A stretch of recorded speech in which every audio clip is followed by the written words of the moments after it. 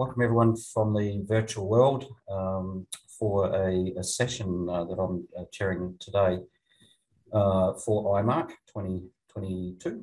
I just wanted to first of all make acknowledgement that everywhere that we work, projects and things, particularly within Australia, is to recognise the Aboriginal and Torres Strait Islander peoples as the first scientists and engineers and pay our respect to the elders past and present. The session that we are looking at today has a leading question of how can industry improve its post-mining legacy strategies? And before we sort of get into that, what I want to do first of all is just introduce the panel session. So we have Meg Kathleen, Sustainability Designer with the Business for Development. Nairi Tranter, the General Manager, RPM ESG, RPM Global, for that. John Crosby, Group Manager, Head of Climate and Closure Planning with MMG. And we also have Ray Mackay, Chair of the Mineland Rehabilitation Authority. And for those who don't know me, Michael McCleary, Principal Consultant, Asset Closure Transition Planning with WSP Golder. So I mentioned that the title of this session is, how can industry improve its post-mining legacy strategies? And I think when we talk about mining legacy strategies, we can think of probably many negative ones, but there's also positive ones as well that have come out of that. So we have a positive view on those strategies. And if I just raise within Australia, at least, names like Mount Morgan, Kidston, Rukunga, Lake Kapari, Mount Lyell, etc. Those will, for the people that know these sites, which are very well known, will all put a certain image and things into people's minds and perspectives. So the title itself suggests that there are existing areas for improvement. And I guess one of the questions that I want to ask the panel here is that from your perspective, what evidence are you seeing that there is a need for improvement and why, i.e., what are the drivers for these? So I thought in the first instance, I'd like to start with John Crosby from MMG to respond to that one. Thanks, Mike. It's great to be invited back to IMARC and be a part of today's panel. Certainly, I personally believe that our industry does have room for improvement when it comes to our post-mining legacies, and there's an abundance of evidence in support of that, with several individual drivers. The mining industry's post-closure legacy on both the landscape and our communities, it will be the enduring reminder of the sector's overall sustainability or ESG performance. But despite this, there's still very few examples of successful mine closure and lease relinquishment that leaves a strong positive legacy. And unfortunately, there are thousands of abandoned and unrehabilitated sites globally. Now, there's many reasons for this, including inadequate consideration of socioeconomic aspects of the post-mine transition, poor integration of individual mine closure plans with local and regional plans, and also historical regulatory requirements found to be lacking or inflexible. So leaving sites and individual landforms safe, stable, non-polluting, and able to sustain an agreed post-mining land use is typically now the minimum regulatory requirement. However, there are now enhanced expectations moving beyond these minimum compliance requirements, but particularly on the socioeconomic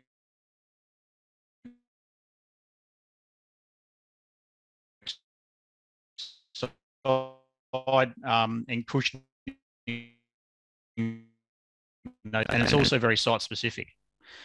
There's been some instances where off-the-shelf solutions have been applied to mine closure, which may have worked in one context, but certainly not been successful in delivering a positive legacy elsewhere. And a legacy in itself can be defined across many areas, including the company and payroll taxes that are paid, royalties paid, financial benefits delivered through our supply chains, rewarding and challenging careers, lifestyle and wellbeing benefits from working in the industry and living in mining towns, infrastructure, and also social development programs. So all these areas contribute to our post-mining legacy, and it's not just about our landform rehabilitation and any residual environmental impacts on the landscape. Certainly, recent regulatory reform in several jurisdictions has shown that governments want post-mining legacy improvements too. They're no longer accepting of the abandonment of mines and are very adverse to approving lease relinquishment post-closure where residual risks are perceived to be too high, and ongoing costs are necessary to control those residual risks. Another government initiative in Australia is our federal government's $30 million investment in the Cooperative Research Centre for Transitions in Mining Economies, which will focus research on transitioning communities into a successful post-mining future through informing new policies, practices, technologies, and services. This large investment is another clear sign from government that improvements are needed. MMG, we're one of the partners contributing to that CRC, and I'm personally very excited and energised by the work the CRC is doing, as we within industry certainly don't have all the answers ourselves on how we need to improve. Another example of evidence has unfortunately come from some of the recent TSF failures that have occurred at non-operational and closed facilities. These catastrophic events have triggered the development of the Global Industry Standard on Tailings Management, or GISTM for short. And that document mentions closure around 60 times, I think, from memory. So there's clearly a need to be focused on the post-mining legacy when we're designing and constructing and operating our TSFs. So in effect, there's an expectation from some stakeholders now that the industry needs to make reparations with local communities, our customers, suppliers, employees, and shareholders even, for our historical poor post-mining performance. The overall expectations of accountability on us are also now historical highs, with unprecedented levels of scrutiny and transparency demanded of us. Climate change, that's another key driver of making improvements in our post-mining legacy. So, are our closure plans stress tested against various credible future climate states? Have we adequately planned for just transitions for the workforce and communities as required under the Paris Agreement? And some clear improvements there needed for the future. And even thinking further in the future, similarly taking on a more circular economy approach to our mine plans and mineral waste. Can we be more innovative? Could we eventually work towards a zero waste mine? Now, that would be an amazing improvement to our post-mining legacy. So I guess to quickly summarise, I think there is much evidence in my point of view to support the need for improvement in delivery of positive post-mining legacies, particularly given the perceived poor track record across the industry as a whole. However, there are many industry leaders already that are working in this area and are well down the track to implement the improvements that are required. Thanks, Mike. Excellent. Thanks, John. And I think one of those key parts that John has sort of raised, that the legacy part itself is not just the physical part. As mentioned, there is the social, there is the economic, and it's very important that when we consider a legacy, that we make sure that we are talking about the whole, the whole grouping of these. So I just also wanted to, get another sort of viewpoint in things. So if I could ask Ray, the same question on what evidence that we see for this improvement.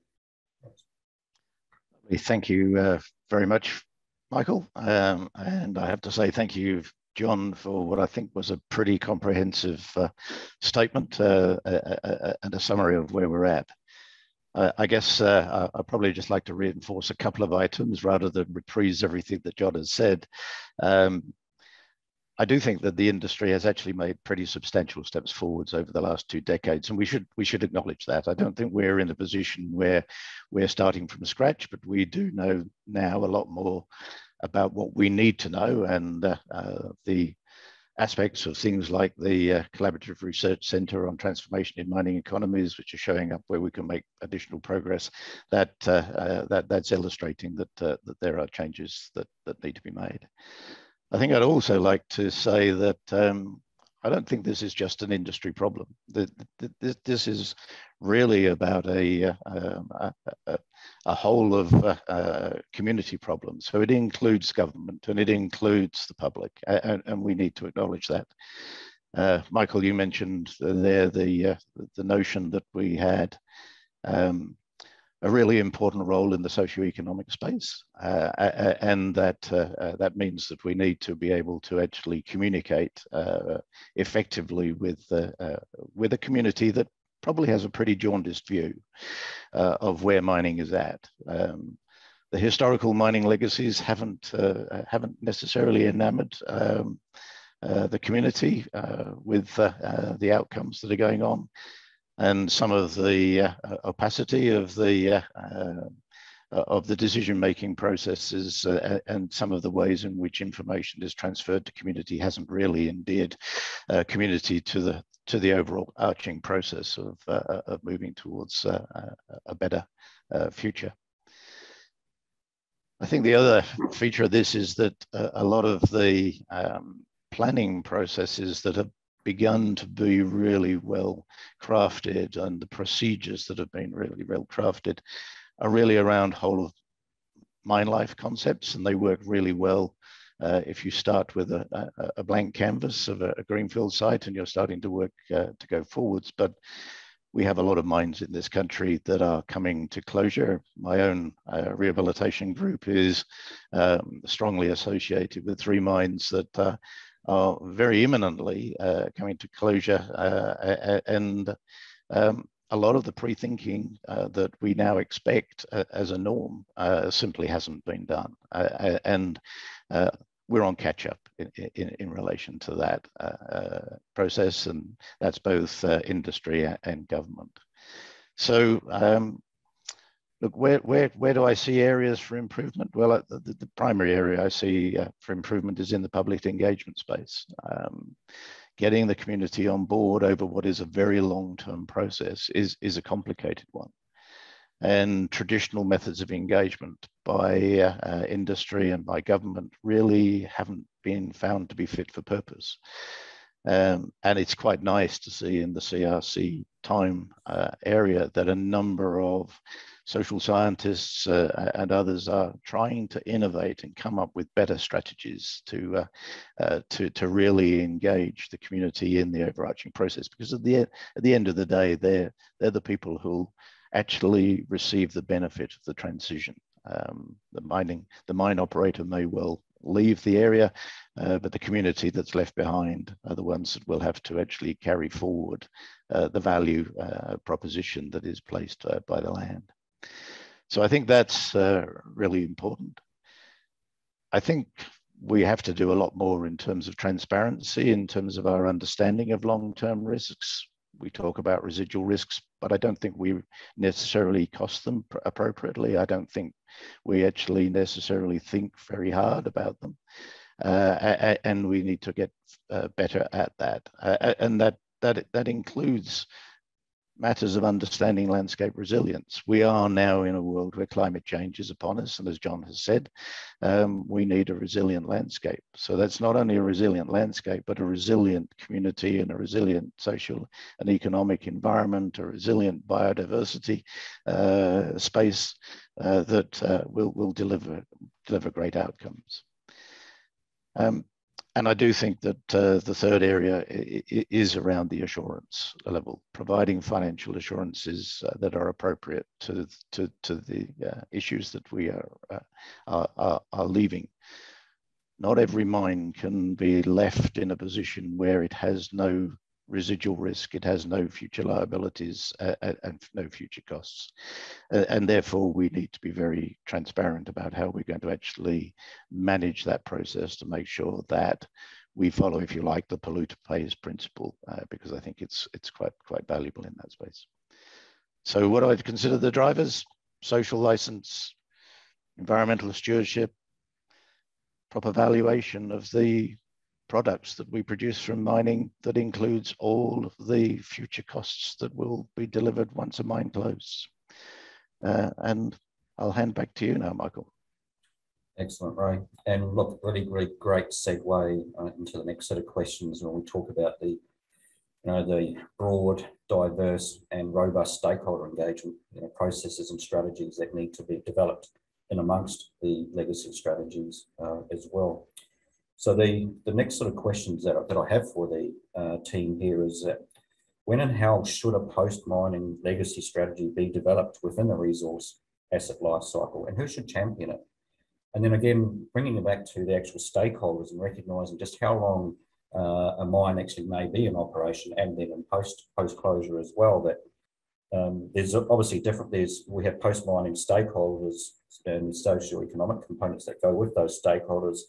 And trying to identify those today, let alone trying to identify those in the future, obviously can be quite problematic. And for this, so I guess the additional question that goes with this one about stakeholders and things is, how can we maintain and strive for currency and ensuring and maintaining enduring value post-mining for that? So I'm going to hand over to Nairi to answer all of those questions.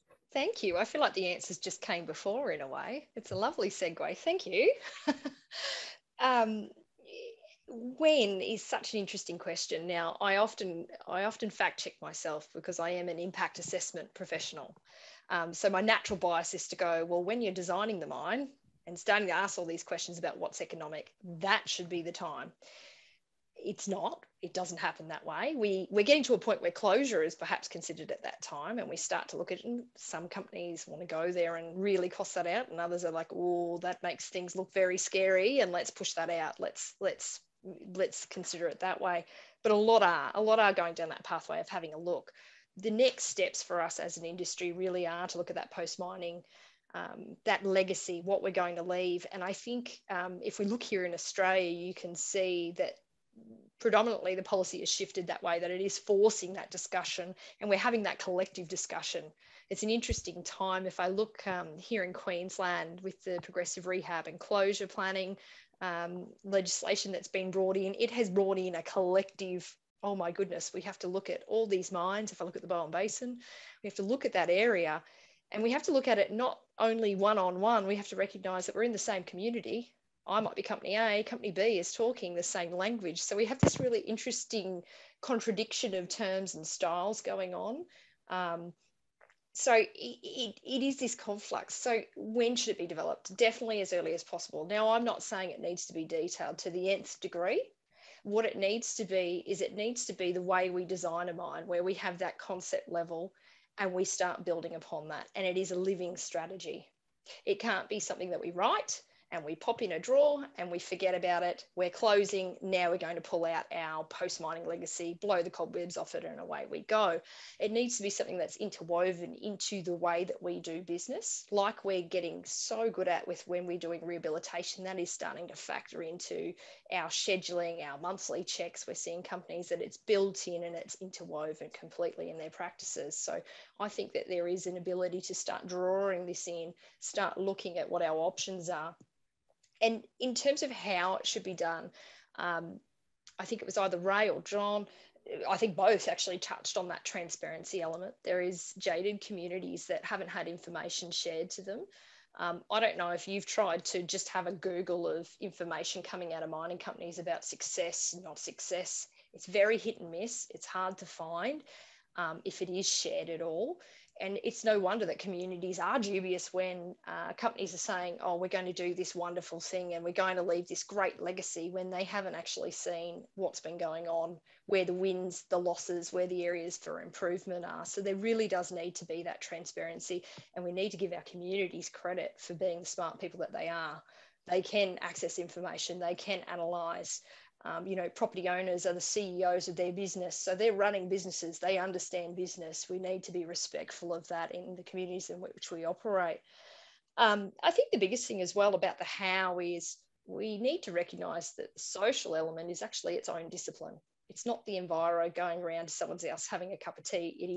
It is a technical discipline that you need skilled professionals to be involved in. And that is integral to this strategy that is looking at people and looking at communities and looking at the social fabric in which we operate, and that the dynamics we change as we operate and move out of a community. In terms of who should champion it, I spent a lot of time talking about this one internally, actually, trying to, again, fact check myself, but I really am of the belief it needs to be the general manager of that site. It needs to be supported corporately, but it needs to be the person that is the face of that mine in that community, taking ownership, taking leadership, and taking on feedback from his technical team. Because as we've all discussed today, it is a multidisciplinary, it touches on every element of mining and beyond. So we need really good stewardship there. We need someone who understands the various parts of the business and the people and the community that you're operating in and going to depart from. I think in terms of how we can maintain and strive for currency, it is that living document approach.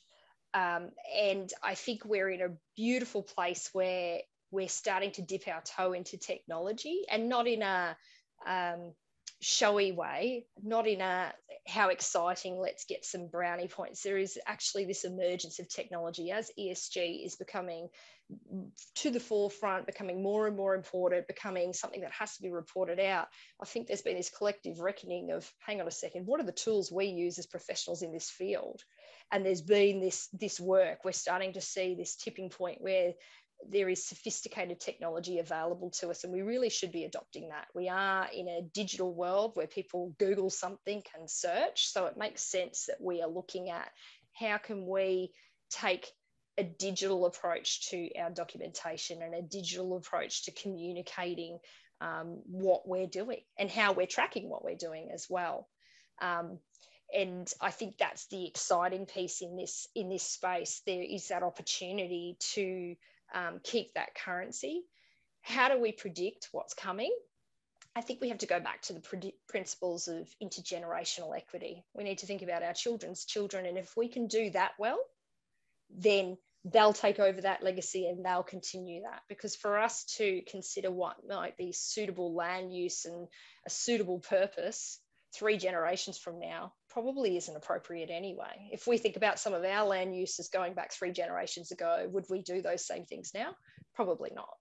So if we can do it well and leave it safe and sustaining and think about our children's children, I think that's a really good benchmark and a good starting place. Over to you. I think I'm out of words, Michael, I hope.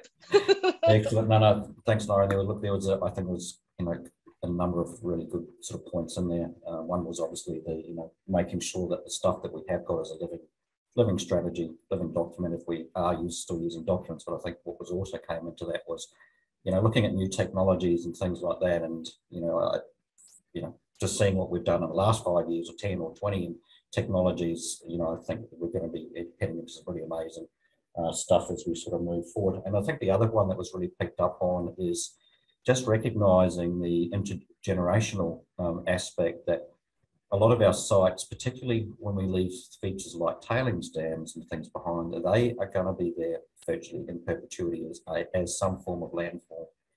So that long temporal aspect, I think, is a real key thing that always needs to be considered when we are looking at post-closure. It's not a 5-year plan or a 10-year plan, and that's where you get relinquishment potentially.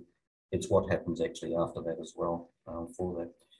So again, with the same sort of questions and things, Meg, how do you want to sort of add onto that? I'm going to say, obviously, so business for development, we mainly work in developing countries versus in Australia, so we might have a different perspective here. I would have to say, again, you need to do it from the very start in terms of mine closure, even from a feasibility stage. The reason why is because you're building so much investment in assets and communities that probably have never seen that investment before. How you build a road, how you build a water system, how you create transport can create a lot of post-mine opportunities while you're in the feasibility stage. So I believe it's really important to consider it from the start. And again, I've seen mine closure papers shoved in filing cabinets and dusted off 2 years before closing. I think we've all seen or heard that. But a mine closing plan has to evolve throughout the life of the mine. This is from a community and an environment perspective, absolutely. Your asset, you might have your asset for around about 10 years, and a lot can change in 10 years, typically. You could have a whole new community that did not exist in your doorstep. And your closure plan really needs to adapt to the community and the environment. So we at B4D, we've been working with Base Titanium in Kenya, developing a cotton program with the local community, supporting 3,500 farmers. They've been constantly, even though it's a community development program, they've been constantly aware that the mine has a short mine life and they will close. And what the CEO wants to have is a positive mine legacy. So in order to do that, throughout the life of the mine, they consider the community. How do we constantly create something that's going to be worthwhile when we close? So it's really important to consider that. In terms of people who should champion it, I agree. It certainly should be the GM, and they have really strong relationships with the community and the environment aspect. but I think it should even go a little bit higher. I would say even a board member would need to champion this. Those who probably work in the sustainability space need to also champion closure. You see board members more and more these days, like ESG or sustainability. The reason why I say that is because sustainability means really meeting our own needs without compromising the ability of future generations to meet their own needs. Same with mine closure. It's about meeting the needs of the mine today and then closing the asset so that it meets the needs of future generations there. So I believe that should be GM, but also from the board needs to champion that within the organisation, because then decisions are made and are supported by the CEO, which we've found quite strongly works. In terms of post-mining stakeholders and social economics and how we maintain and strive for currency and ensuring and maintaining an enduring value post-mine, I think a crystal ball would be something that would be very helpful here.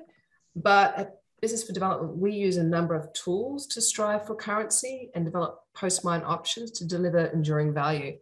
One really fantastic tool is called PESTLE, which stands for Political, Economic, Social, Technological, Legal, and Environmental Factors. So PESTLE is essentially a macro analysis of what's happening in the industry and environment, the countries that you're working in. And by understanding the current macro dynamics, you can then deep dive into future potential macro dynamics that the country is working towards, and you can complement those dynamics itself. We hear a lot, people and community is really important with engagement. So one of the tools we use is human-centered design process.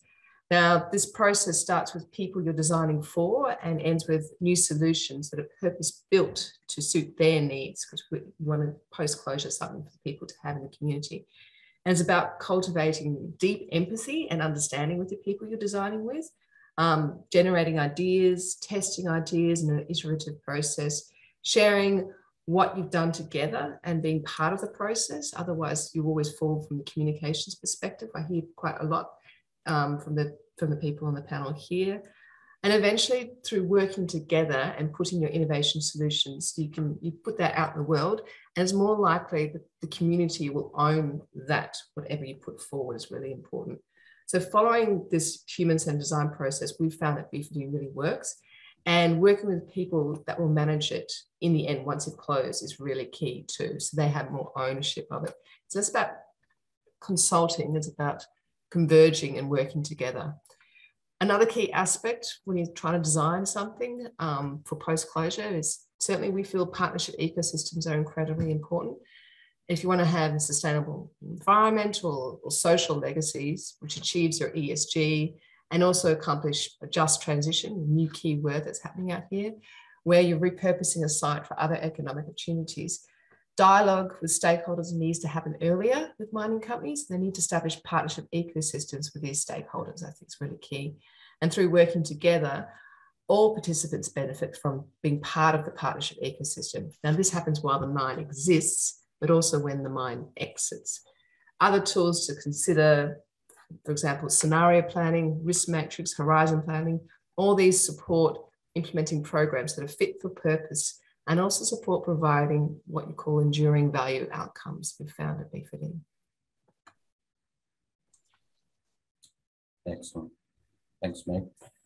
I think, again, there was a number of real key aspects and things in there. And the one I really wanted to just pick up on was actually the partnerships.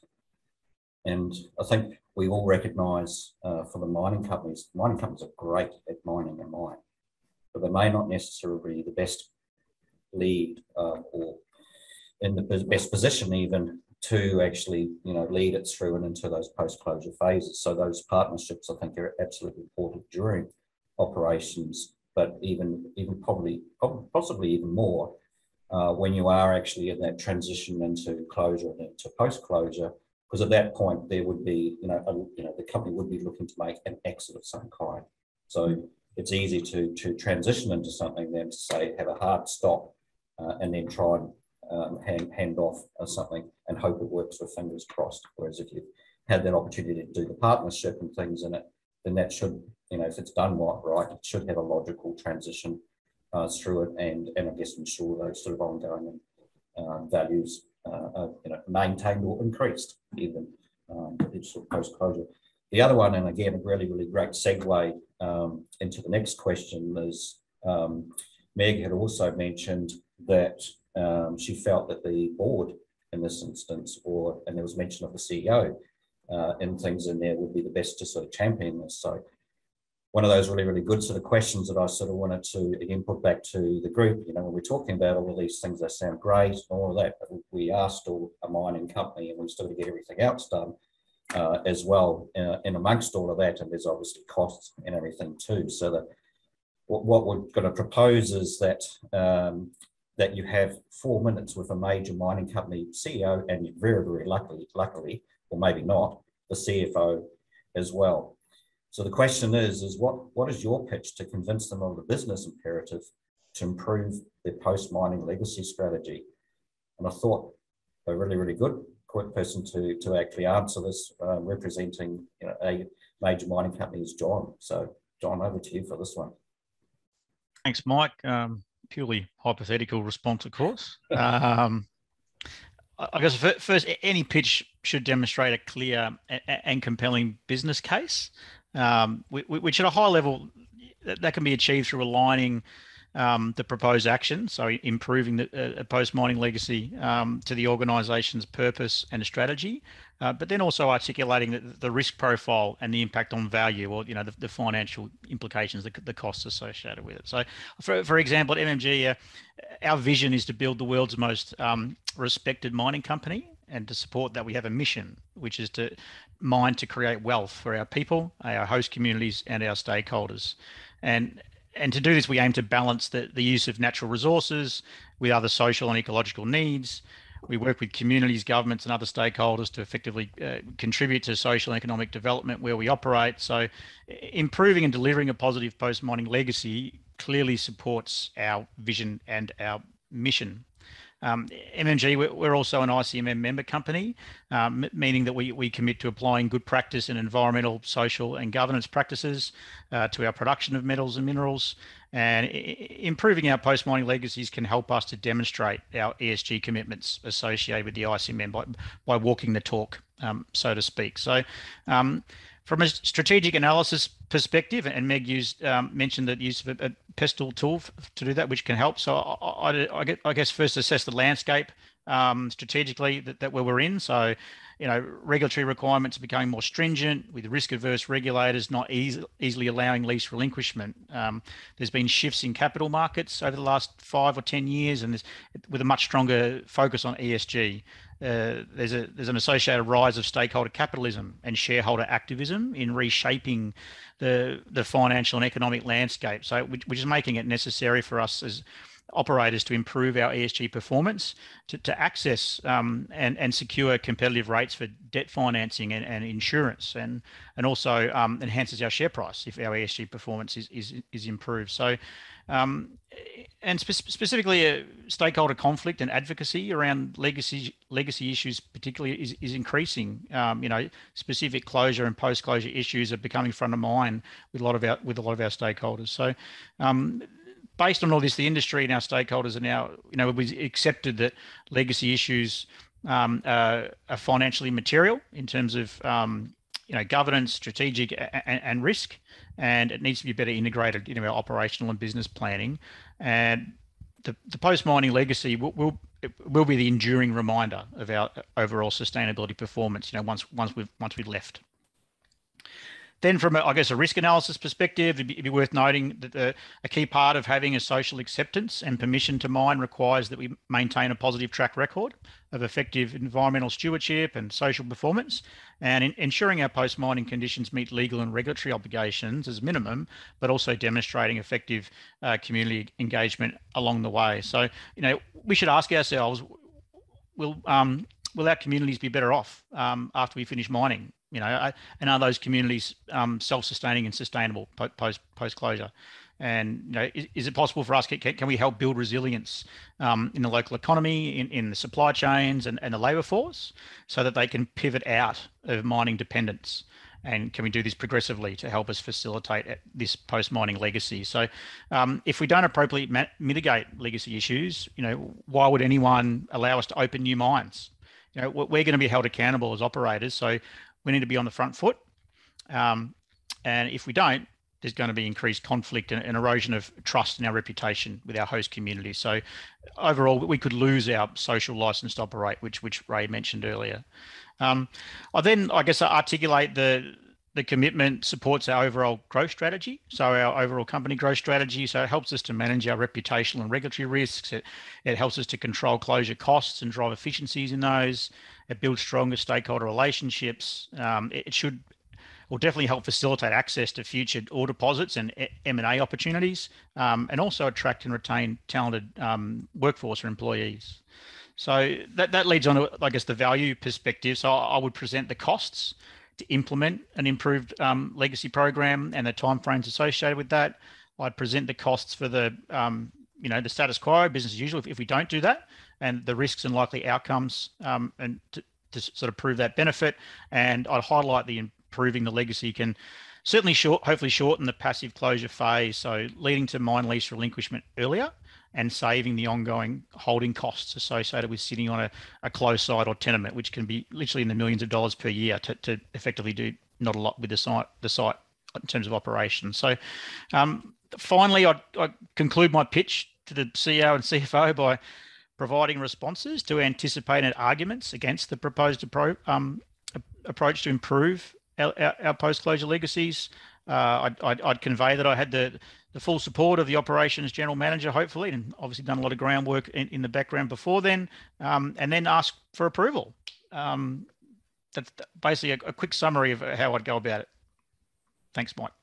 Excellent, John. Excellent. Sounds like you've done a bit of practice on that one. Well, yeah, a little bit.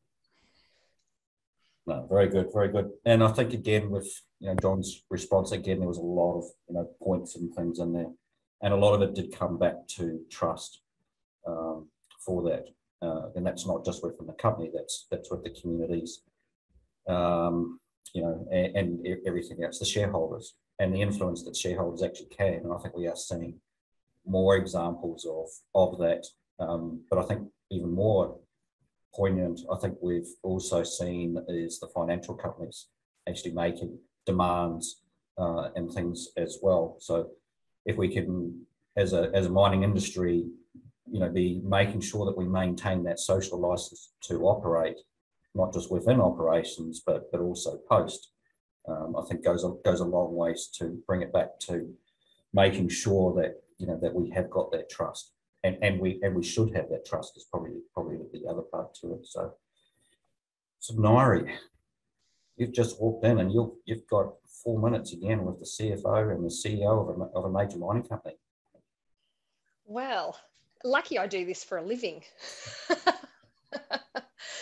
My approach is very similar to that. I think it is, as John said, that alignment of values, making sure you're in alignment with the company's key objectives is really important. Making sure that it ties in with that, and always being able to capture the metrics well. I think that is an element that if you can capture those metrics and explain the financial flows and rewards, and I think John hit the nail on the head best when he said about reducing those passive closure costs. That part there, if you can demonstrate that well, you've at least got a green light to another conversation. And I think a lot of our time is spent when we're looking in this closure space, it is around costings, isn't it? It is bringing all of that amazing work we do in the social and environmental and being able to put that in a dollar figure, put that in a financial model and show where does this flow and where do the outcomes lead for you. And I think if you can do that with the CEO and the CFO, you're speaking to both their hearts, aren't you? I would hope. So that's certainly my approach. If we can tick the values and the missions and hit the objectives, and we can cross our T's and dot our I's in the financial models, then we're going a long way in the right direction. Excellent. Thanks, Murray. And I think, yes, at the end of the day, a lot of stuff is measured with cost, because that's That's the part that we can calculate and things. And I guess it does raise the other questions is that there's a lot of work that's been done and still to be done in actually working out how to cost social and environmental aspects, and how do you actually genuinely get that into that mix so that you really do understand what your trade-offs are with each of your decisions, not just during operations, but in that closure sense as well. So I think where we are now is that, you know, we've got buy-in from the CEO. We've recognised the importance of the process. You know, we've talked a lot about the stakeholders and the ESG and things like that. So what I want to do now is to take a leap forward. We're now in the year 2050, and the question I want to put to the panel is, what would the successful execution of this post-mining legacy strategy that we've talked about here today look like? I.e., what is the evidence of success of the strategy for that? So I was going to start with Ray on this particular one, and then hand to Meg afterwards. Lovely, thanks very much, Mike. Some fabulous commentary that's been coming through today, and I'm definitely going to be employing John and Nairi to go in front of any CFO and CEO I need, which will be good. So I have a very simple answer to the previous question. Yeah, I'll hand it over to somebody else. That's good. Yeah, this is an interesting one. 2050. I guess I'm pretty much anticipating by the time we get to 2050 that the policy space and the regulatory space will be well sorted out. There is an enormous evolution of policy going on at the moment, and it will continue to progress. And I'm sure that as we see it progress across all the states and in all the countries around the world, we'll start to see the environment within which the businesses can really produce great outcomes, much better articulated, much clearer, and will generate good results.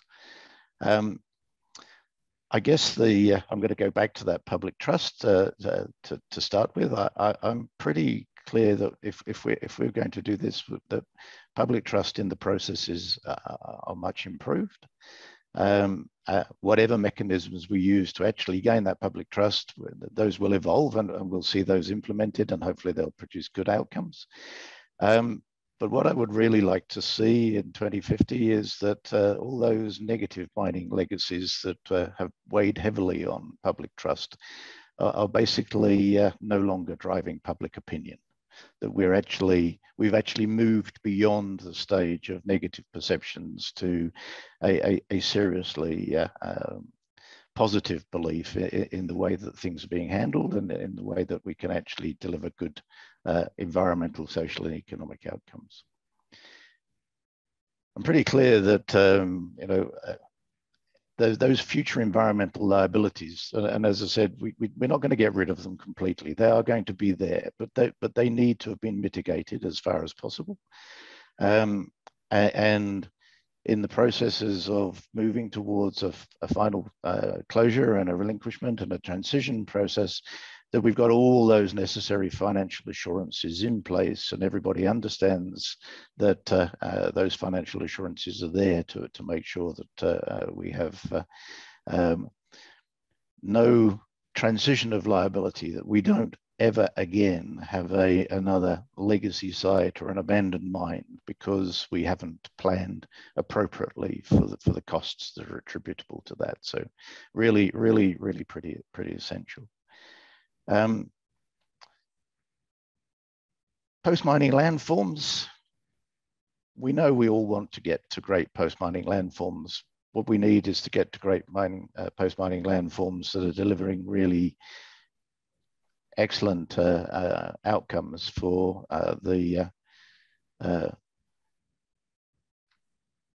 community that is going to take on everything that we have in front of us, and we need that to span economic, social, and and environmental, and we need that to be really well articulated and being seen to be happening. And that needs to happen not only in the new mines that might have closed by 2050, but also in all of these mines that we're currently working on. We need to be who haven't had as well developed a pathway to a final endpoint. We need those to be actually making great strides towards a future. A number of times we've said that the future is not known. A number of times we've said, you know, the community today is not necessarily going to be the community of tomorrow. The environment of today is not going to be the environment of tomorrow. The economic setup for the region is not going to be the same in the future. So I'm really expecting that mine operators and regulators, I'm not limiting it to the mine operators, really are fully across how future operating uncertainties and future environments are evolving. And that means that we have in place a really adaptive planning system, a really adaptive management system, a really adaptive regulatory system that is moving forward transparently at all stages in a mine's life cycle. And so nothing rigid here. We shouldn't be aiming for a single outcome from day one to day 50. We should be making sure that as we move along the trajectory that we can actually make adjustments appropriately to the future, so that when we finally have transitioned out of mining into the new land uses, that that transition is appropriate for that time that we've reached. And I think I'll leave it there. Thank you. Excellent. Thanks, Ray. And I think one of those, you know, sort of key parts, I guess, you know, if I had to summarise what Ray was saying, just in a very short one, is what we're looking at in 2050 is actually a reversal in some instances of a change of perception. So I think when we talk about legacy sites, there's certainly, we think of those being a negative view. And by 2050, we would like to think that that's now a positive view. And our record, hopefully from 2022 to 2050, has demonstrated that. So I think it's really, really important to also also hear from Meg in this. And Meg, I was just wondering if we could have, you know, just also where we see any differences in things with regards to developing countries and things, you know, where you've had quite a bit of experience as well. Is it any different to what we would see in 2050 in Australia versus some of those? More than likely. I mean, I think this is a really important question as countries evolve. So breaking your question into key components being, I think it's strategy and execution. Writing a paper, a mine closure paper, is completely different to actually executing it. And 2050 would ideally, probably I think, look something like this in a developing or a developed country like Australia. So I feel that all strategies would have, for new and existing mines, certainly would align with ESGs and certainly align with SDGs, or by 2050 SDGs would be called something else. But also net zero outcomes are really important in a developed and developing country context.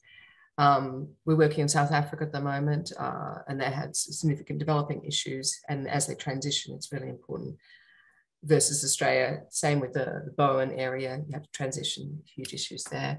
But what I clearly heard was measurement. It's really, you really have really measure what you want to do to achieve that. And the legacy is not at a leadership level or a resource brand level. I know we talk about social license, but really one of real change that needs to happen. So change for the community in which the mine has operated, and I know certainly net neutral change where possible for the environment. A legacy of change without ego is only measured by actual outcomes, and we really need to deliver those outcomes for the community. Probably I'll give you an example, is probably the best to show what we believe would be a fantastic way to create post-closure. We strongly believe that you can create circular economy whilst reducing impacts to the environment when you think about a mine life cycle. So our project in Mpumalanga in South Africa, we're working with Glencore, ICMM, the Mine Water Coordinating Body, and Impact Catalyst, all very, very different industries and organization. And we're creating a post-mining legacy seeking to repurpose the mine land and also use effective mine water to grow cash crops. So in Mpumalanga, it's the center of South Africa in terms of coal. I think it's about 80% of coal resources and about 30% of the province's GDP. And the local communities are economically highly dependent on the mining, and transitioning the economy is incredibly important. It's actually critical to the region itself. So in terms of strategy, again, we're looking at cross-sector partnerships and bringing other organizations in. So we're working with Kellogg's, who are the market partner, who will buy the wheat that we produce, universities for research, governments. We're working with governments to change policies together with them, recognizing their macro environment they're working in. That's really incredibly important. Working in mining companies and also local NGOs. And through partnering, even today and in 2050, this is it, as we address issues such as climate change, or as we address issues such as poverty, or as we address the economy moving forward in the 2050 environment, that's really important to establish those cross-sector partnerships. In terms of public trust, again, we use the human-centered design approach, but means any design or any program that is put out there in 2050 puts the people at the center, and thus resulting in whatever program you do develop, may it be in Australia or Papua New Guinea or South Africa, it has longevity because it's designed for the people, and this is really core to this. Again, miners are amazing at mining, they're amazing getting dirt out of the ground, but what any strategy would have to incorporate is certainly bring other people in if you're not an expert in something. So we're experts and agronomists and business development that is not mine related, creating non-mine related economies. So if you really want to have sustainable outcomes, you have to figure out whom to bring in to achieve that type of legacy. And also, I think it's really important when you're planning, you have so much rigor with your mine planning. The same means the type of rigor needs to be when you transition the mine itself. And finally, leadership is really important. I feel that in any program, no matter where you are in the world, right now the program in Mpumalanga working with some amazing, unique, strong leaders who are passionate about facilitating sustainable just transition. So we have commitment from the top, and despite COVID, we were able to make this program happen. So in 2022, the program is set to grow, what we're doing in Mpumalanga, but it's about driving sustainable outcomes for the community, measured sustainable outcomes and change that we need to do. So as a result, like when Glencore does leave the region, there's certainly the community, leaders and partners, the people are left with a sustainable ESG system. So you've disturbed the system when you come into mine, and when you leave, what type of system are you going to leave behind, and who's going to own that system? And if you develop a sustainable ESG system, it can continuously improve, and the people own it and are willing to work with it. And that can happen from generations to come, no matter what the situation will be in the future. So we believe this is a really great example of what successful execution of post-mine legacy strategy looks like from 2015 and really beyond. So those are the types of things that can be executed in order to drive sustainable change from now, 2050 and in the future. Excellent. Thanks for that, Meg. So I think in summary, sort of just bringing it all sort of back together and asking this question, I think there is a recognition that good things have been done. We are still doing them, and we expect that we will continue to do them, but there's always areas for improvement in this. I think the business case has certainly been put forward that it can be done, that those conversations with the CEO, the CFO, that there is enough, if I use the word ammunition and things to supply for that. The common theme, I think, sort of moving forwards, and I think it's been raised, and particularly for the links with the ETD stakeholders and things like that, is the word partnership.